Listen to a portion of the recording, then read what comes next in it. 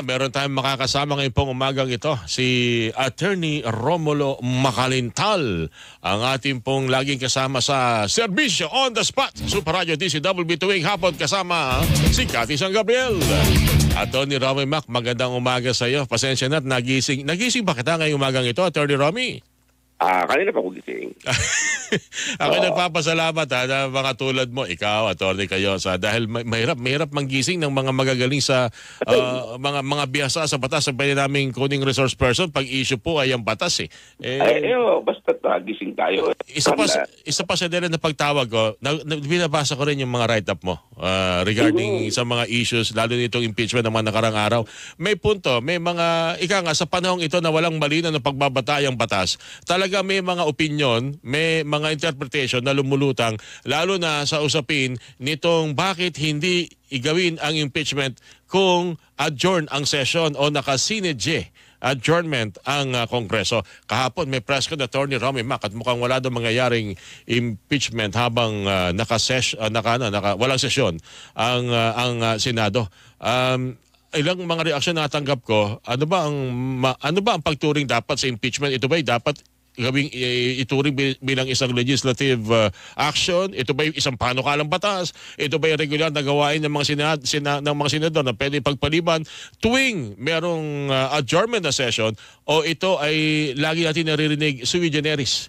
Iba ito. Hindi ito pwedeng gawing legislative act ng ating mga mababatas. Ano paliwanag po dito sa inyong tingin, Attorney Romy? Yung tinatawag na sui generis, it is a class by its own. Ibig sabihin, naiiba yan. Unique. Unique yan. Pero yan ay bahagi ng tungkulin ng mga senador. Yan ay nakalagay sa ating saligang batas na kapag ang isang impeachment case ay iniharap sa kanila, pag iniharap yan ng House of Representatives sa Senado, dapat ay aksyonan kaagad ng Senado ang nasabing impeachment. Ibig sabihin, yung paghuhusga, yung trial, ay dapat na magsimula kaagad kasi forthwith nga ang nakalagay.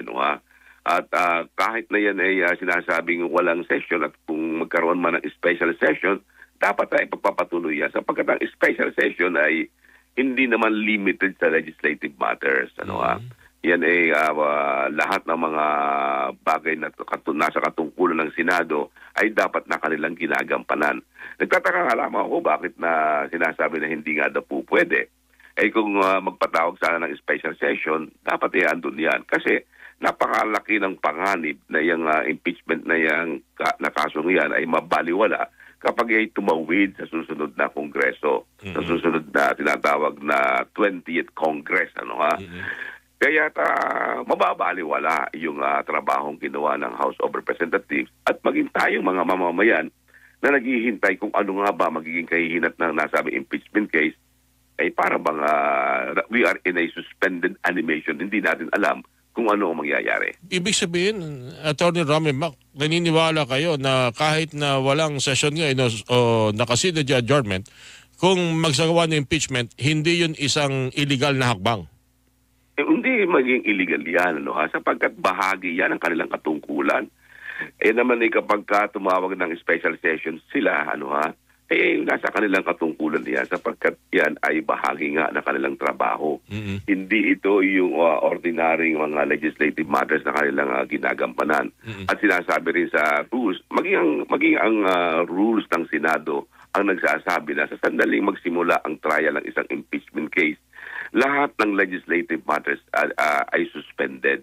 Sabihin, ipansamantalang ititigil yan at ipagpapatuloy kagad nila yung impeachment trial na yan hanggang yan ay matapos kagad. Attorney Romy, sa inyong paliwanag, parang, correct me if I'm wrong, hindi dapat pinag-uusapan kung kailangan ng special session.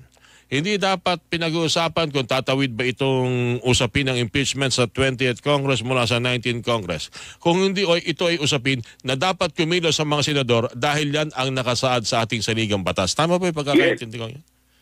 Tama yun. Dapat talaga ipagpatuloy kagad yan sapagkat yan ay nasa kanilang mga kamay. So wala dapat itong issue na maging special session. Pampalito lang yon. Kailangan kumilos ng Senado tapos. Tama ba yan? Nagtataka ako sa special session. Basta buksan nila muli ang kanilang tanggapan. Ibig sabihin ng special session ay buksang muli ang kanilang tanggapan at yan ay ipagpatuloy na. Sapagkat wala namang sinasabi sa iba pang mga rules, kundi ang Senado ang may katungkulan yan. Sapagkat ang maliwanag sa kanilang rules, sila mismo ang gumawa ng rules na kapag hindi ito natapos, ay mangyayari niyan delikado pag itatawid pa sa susunod na Congress. Sapagkat ang sinasabi ng rules mismo, yung panuntunan mismo ng Senado ang nagsasaad na lahat ng pending matters and proceedings ay will be terminated upon the end of one Congress. Ang ibig sabihin, kapag hindi natapos yung mga bagay-bagay na nakabimbin sa ngayon, iyan ay ituturing na tapos na. At pag may pumasok ang bagong Congress, ang 20th Congress, depende na iyan sa darating na mga senador kung ipagpapatuloy yung nakabimbin na yon. At kung ipagpapatuloy man yung nakabimbin na yon, ituturing na iyan ay bagong impeachment case. Okay. Kaya andun yung danger o ang panganib na baka sabihin ng mga kampo ni Sara na hindi na po pwede magpatuloy yan sapagkat yan ay panibagong impeachment case at sa ilalim ng saligang batas, hindi pwede magkaroon dalawang impeachment sa loob ng isang taon. Okay. Attorney Romy, pag ang isang abogado, kung merong kayong dapat ginagawa, hindi nyo ginawa, o tumanggi kayong gawin, pwede kayong subject for bar, di ba? For disciplinary action.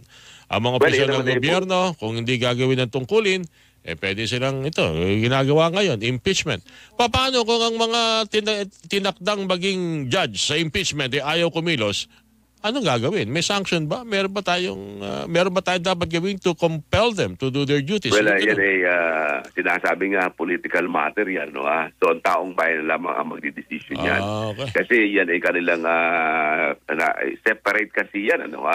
At naiiba nga ang nasabing uri ng paglilitis. Mabuti na lamang, at least meron na nakabimbing mga kaso ngayon sa Korte Suprema. At I am sure naman ang ating Korte Suprema, yung mga bagay na ito ngayon ay bibilisan nila ang pagbibigay ng desisyon sa bagay na yan. Actually, yung mga order na ibinibigay ng Korte Suprema para sagutin yung mga nakabimbing kaso, nakalagay dyan yung mga non-extendable. Ang ibig sabihin, yung 10 araw na ibinibigay na palugit para sagutin yan ay hindi pwedeng ma-extend.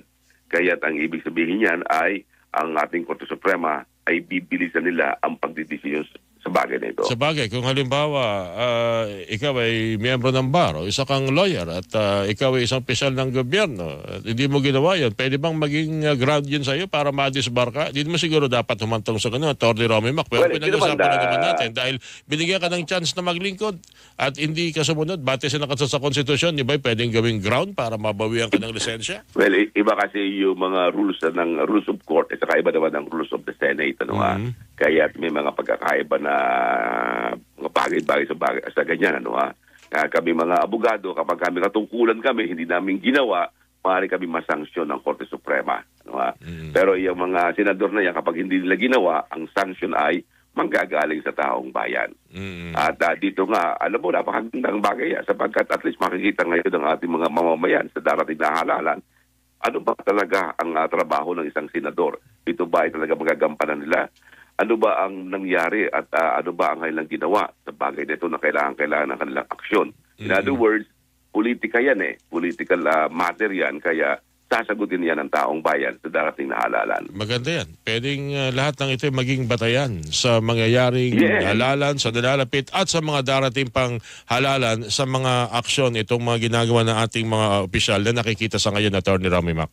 Yes, diyan makakita kayo ng taong bayan na ano nga ba yung mga posisyon, ano ang mga ginagawa ng ating mga senador, maging ang ating mga kongresista, makikita ngayon ng taong bayan ang mga ginawa nila sa bagay nito. Sapagkat ito ay talagang putok sa ating taong bayan, alam ng mga taong bayan kung ano nangyayari. Kaya ito ay magandang issue sa darating na halalan. Okay, last question na lang, Atty. Romy Mac. Kailan po masasabi natin na deemed initiated ang isang impeachment? Kasi nalito ako merong ako nabasa pag nakarule na yung Kongreso, nag-decide na yung mga congressista, it's deemed initiated. Meron naman, pag na-refer na sa Committee on Justice ang impeachment complaint, ano ba yung pagkakaalala mo sa rules of impeachment proceedings? Well, pagka yun ay nabigay na sa Committee on Justice, Committee on Justice. Initiated na. Oo. Ngayon naman, ito namang bagay na ito ay isang isang uri ng impeachment na diretso na nanggaling sa mga kongresista. Kaya yan ay initiated na yan. Ibig sabihin, nagsimula na yan at yan ay ituturing na isang completed impeachment case. Ibig sabihin nagsimula yan, nung nagdesisyon yung mga mambabatas, hindi yung andudulang at natenga sa tangkapan ng Secretary General sa yes. So, hindi yon. Kailangan na nasimula na yan, na talagang nagkaroon ng aksyon sa nasabing impeachment case na ifinail nila. Although, yan ngayon ang isang magandang issue sapagkat apat yan, may tatlong private individuals o private groups na naghain. Okay. Pagkatapos itong isa namang impeachment na ito, inihain naman ito ng mga kongresista mismo. Kaya ang contention ngayon ng group ni Sara, apat yan na nakabinbin. Kaya yan ngayon ang maganda ring issue na pagtatalunan sa ating Korte Suprema. Kaya ba ay apat o isa lamang. Okay, thank you. Maraming salamat, Atty. Romeva. Sa uulitin, salamat po sa inyo. Maraming salamat, Orly, at magandang umaga sa iyo at sa iyong mga tagapanood. Attorney Romelo Macalintal, mga kapuso, inyo pong napakinggan.